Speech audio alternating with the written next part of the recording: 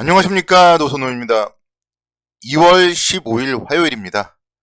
오늘도 주식시장이 썩 좋지 않은 모습으로 마무리를 지었습니다. 코스피 지수 1.03% 하락을 하면서 2676포인트에서 마감을 했고요. 코스닥 지수도 1.5%대 하락을 하면서 어느덧 830선대까지도 하락을 하는 모습을 보였습니다.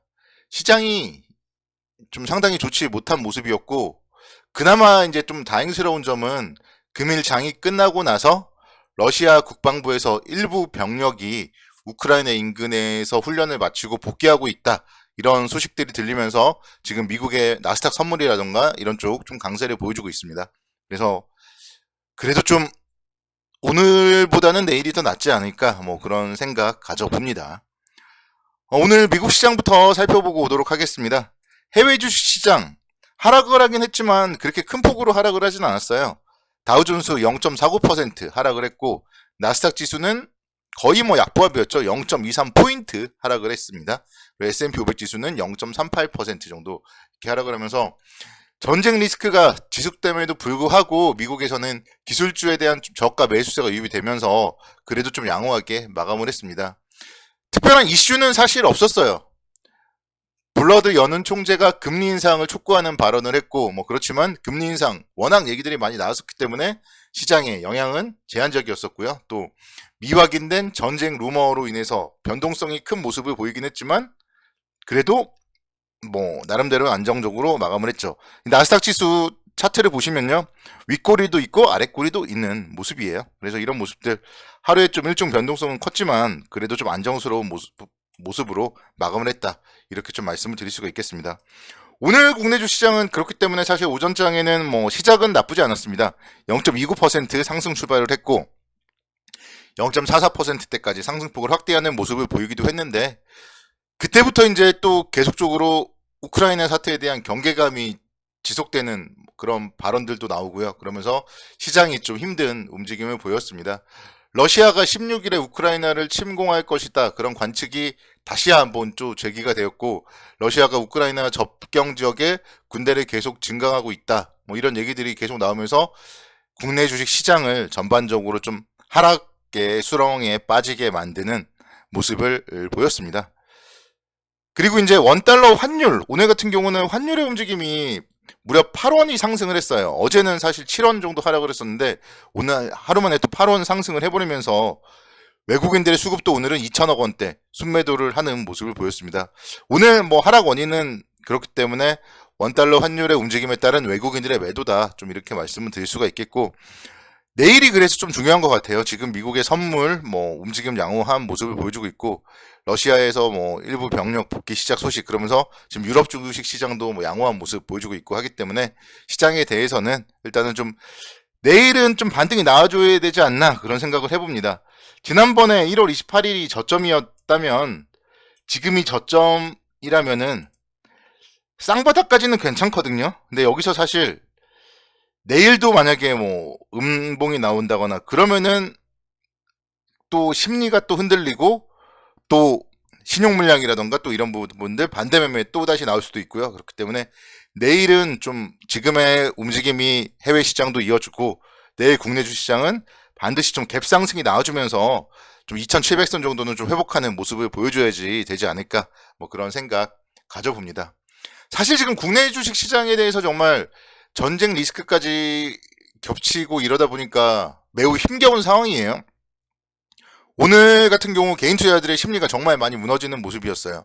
뭐 여러 가지 뭐 주식 커뮤니티나 이런 데를 보더라도 다들 좀 뭐 포기하는 듯한 발언들이 많더라고요. 그래서 이럴 때일수록 좀 힘내라, 이렇게 좀 말씀을 드리고 싶고, 시장을 이끌 뭔가 좀 반전의 촉매제나 이런 게 없는 거는 분명해요.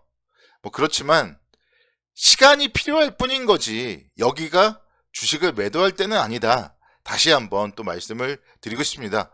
조금 있다가 종목들 흐름 뭐 말씀을 드리도록 하겠지만, 분명 실적이 좋은 기업들, 또 그리고 올해 실적이 더 좋아질 기업들의 움직임은요, 오늘도 양호한 그런 움직임을 보였습니다.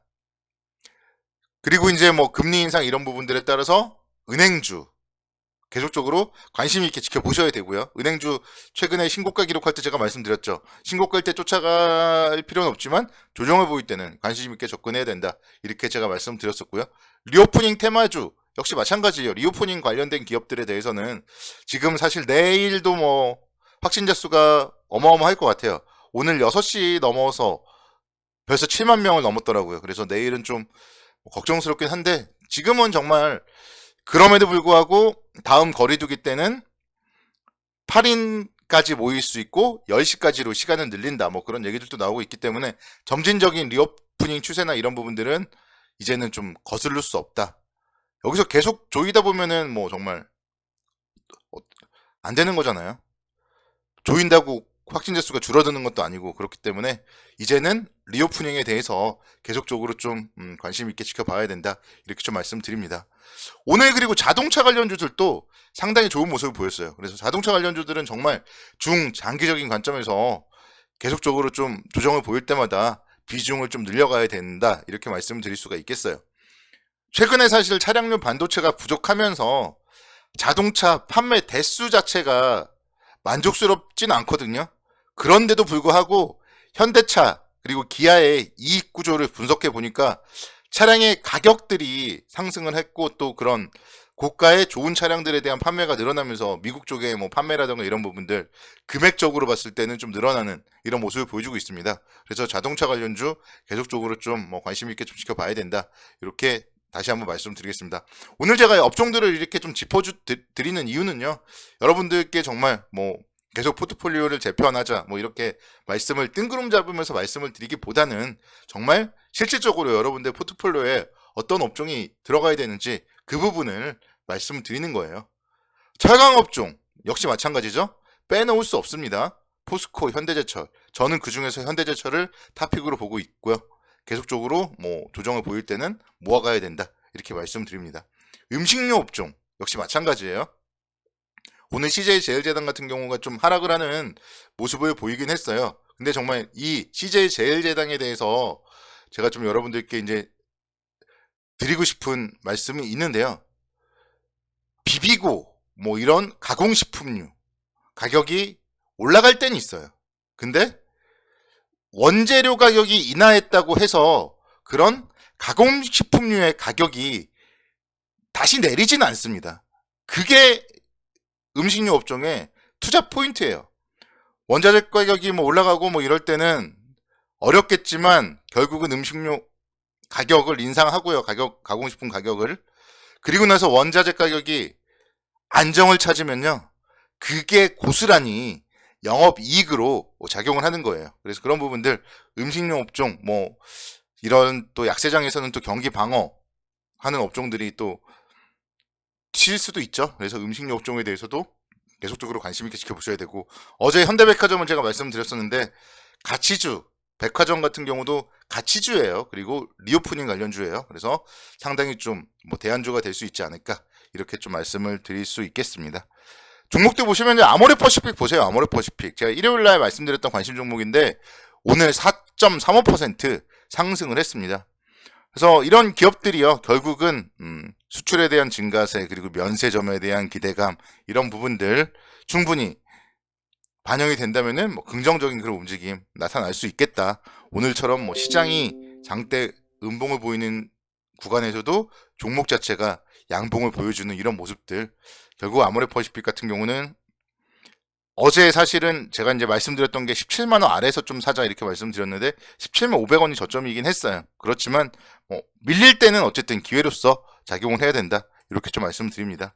현대글로비스 같은 경우도 오늘 2.3%대 강세를 보였어요. 그래서 현대글로비스도 지금 보면 뭐 그림이 예뻐지고 있어요. 지금 현대글로비스 현대차그룹에서 정의선 회장이 지분을 가장 많이 보유하고 있는 기업 중에 하나가 오토에버와 현대글로비스예요. 그래서 현대글로비스 같은 경우는 반드시 주가가 상승을 해줘야지 현대차그룹이 승계 작업을 원활하게 할 수 있습니다. 그래서 그와 관련되어서 현대글로비스 계속적으로 좀 관심 있게 지켜보셔야 된다.